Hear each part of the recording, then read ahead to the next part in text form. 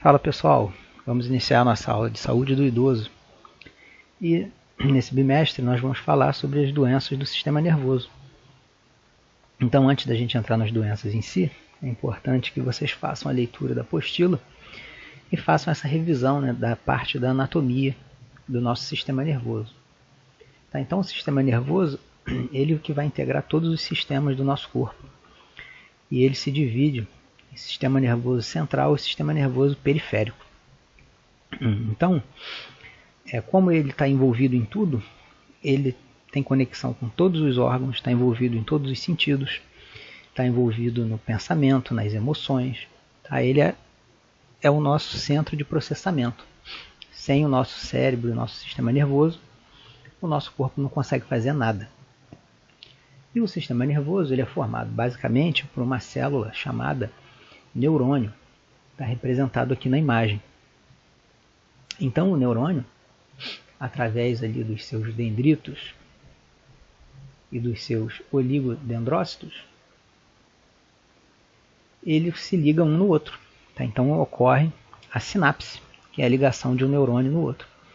E na fenda sináptica, onde esses neurônios eles se conectam, é ali que acontece a liberação dos neurotransmissores que vão fazer com que o impulso nervoso ele viaje pelo nosso corpo até o nosso cérebro e do nosso cérebro para os nossos órgãos, nossos músculos, e assim a gente consegue ter todos os processos que acontecem no nosso organismo devido a isso, a esse impulso nervoso, que é uma via de mão dupla. O impulso ele vem do meio externo para o cérebro e ele vai do cérebro para os nossos órgãos e a gente manifesta aí nossos movimentos, nos nossos órgãos internos, no caso das glândulas, liberam hormônios e assim sucessivamente. Tá? O nosso estômago, o nosso sistema digestivo faz os movimentos peristálticos, tudo devido a esse processo de impulso nervoso, onde participam o neurônio e os neurotransmissores. É importante a gente destacar no neurônio a bainha de mielina. Ela funciona como um isolante para que esse impulso elétrico ele aconteça da melhor maneira possível. E se ocorrer algum dano, algum defeito nessa bainha de mielina, isso vai ocasionar algumas doenças, como por exemplo a esclerose múltipla, que é uma doença onde vai ocorrer o enfraquecimento dos músculos, perda da coordenação motora, porque esse impulso nervoso ele vai sofrer interferência por conta desse dano da bainha de mielina. E o paciente ele não vai conseguir ter mais a mesma qualidade de movimento e de força que teria se o neurônio dele fosse íntegro e saudável. Sendo que o paciente com problemas na bainha de mielina, como no caso da esclerose múltipla, ele pode chegar até a sofrer de paralisias, tá? Nos casos mais graves. Então aqui nessa imagem a gente tem a representação da divisão do nosso sistema nervoso. A gente tem o sistema nervoso central, tá? Representado pelo nosso encéfalo. Então nós temos aqui o cérebro, temos a ponte, que é responsável pela manutenção das nossas funções vitais, e temos o bulbo e o cerebelo. Então aqui é chamado de tronco cefálico, nós temos o cerebelo e o cérebro. Então aqui está o nosso sistema nervoso central. E o sistema nervoso central ele vai se conectar com o restante do corpo através da medula espinhal. Então a partir da medula e todas as ramificações que saem da medula para o corpo todo, nós temos o sistema nervoso periférico, tá? Que vão ser compostos pelos nervos. Eles que vão ser as vias por onde o impulso elétrico vai viajar para levar e trazer as informações para o nosso cérebro, onde elas vão ser processadas. E o nosso cérebro ele tem várias divisões. Ele é dividido em lobos. Então, nós temos o lobo frontal, nós temos o lobo occipital aqui atrás, nós temos o lobo parietal, que fica na parte de cima aqui localizado mais um pouquinho no meio, e na lateral nós temos o lobo temporal. Cada um deles apresentam funções diferentes. Então, se a pessoa tiver um acidente, sofrer um AVC, dependendo da região que ele atingir, vai afetar alguma área do nosso organismo. Então, dependendo do lugar que acontece a lesão, a pessoa pode ter a visão afetada, pode ter a memória, o movimento de alguma parte do corpo, a fala. Então o lobo frontal ele é responsável principalmente pela elaboração do pensamento, a programação de necessidades individuais e de emoção. Então está relacionado ali mais com um planejamento de ações, esse tipo de coisa mais voltada para o raciocínio. O lobo parietal ele já é responsável pelos sentidos, né? Sensação de dor, tato, paladar, a capacidade de sentir a temperatura, né, do ambiente, das coisas. Já o lobo temporal, que é a porção aqui mais lateral, está relacionado com a audição.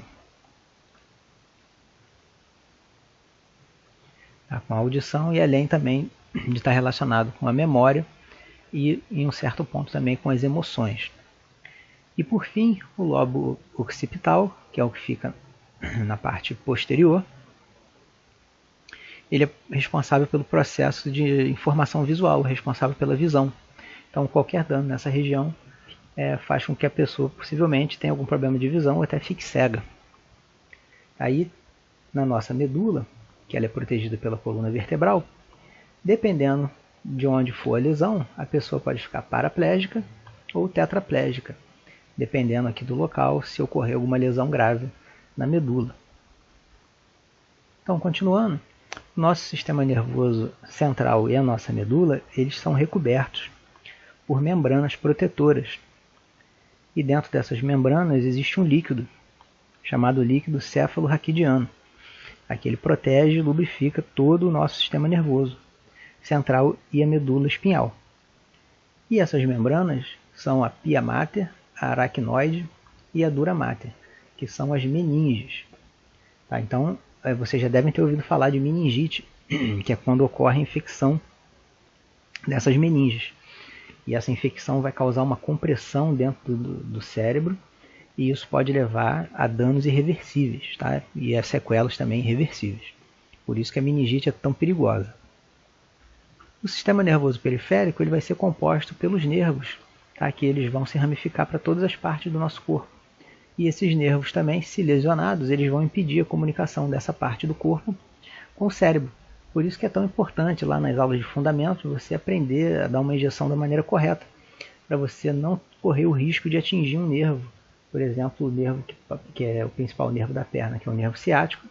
Se você atingir esse nervo, você pode provocar até a paralisia do membro.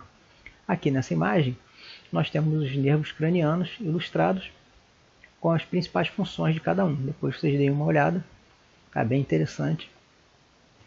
E nós temos também a divisão do sistema nervoso autônomo,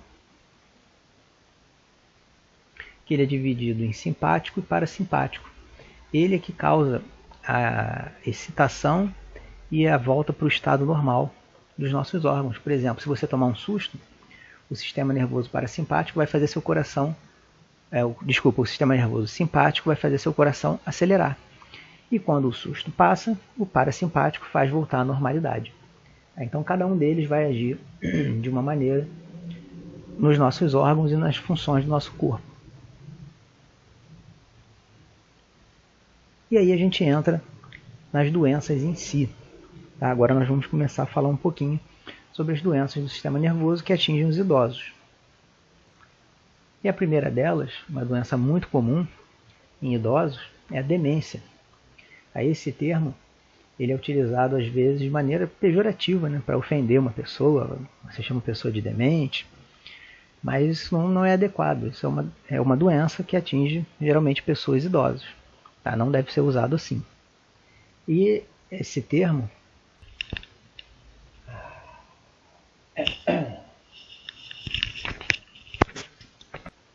Opa, um probleminha aqui, mas voltando. O termo, né, demência, ele serve para caracterizar esse declínio progressivo no funcionamento das capacidades cognitivas. Tá? E isso vai abranger desde a perda de memória até a capacidade intelectual, capacidade de raciocínio, competências sociais, né, de convivência e alterações nas reações emocionais normais. A pessoa pode ficar mais lenta, ela pode não expressar muitas vezes ali alegria, nem raiva, ficar apática. Tá? É um quadro bem triste que acomete muitos idosos, infelizmente. Então, os principais sintomas da demência, né? Aqui vamos falar especificamente da cognição. Então, a gente vai observar um declínio mental, pode ocorrer confusão, confusão durante a noite, desorientação, a pessoa às vezes não sabe onde está, não sabe em que dia, em que ano que ela está. Incapacidade de falar ou entender o próprio idioma pode chegar a acontecer. Invenção de coisas, a pessoa começa às vezes até a ter algum tipo de delírio, né?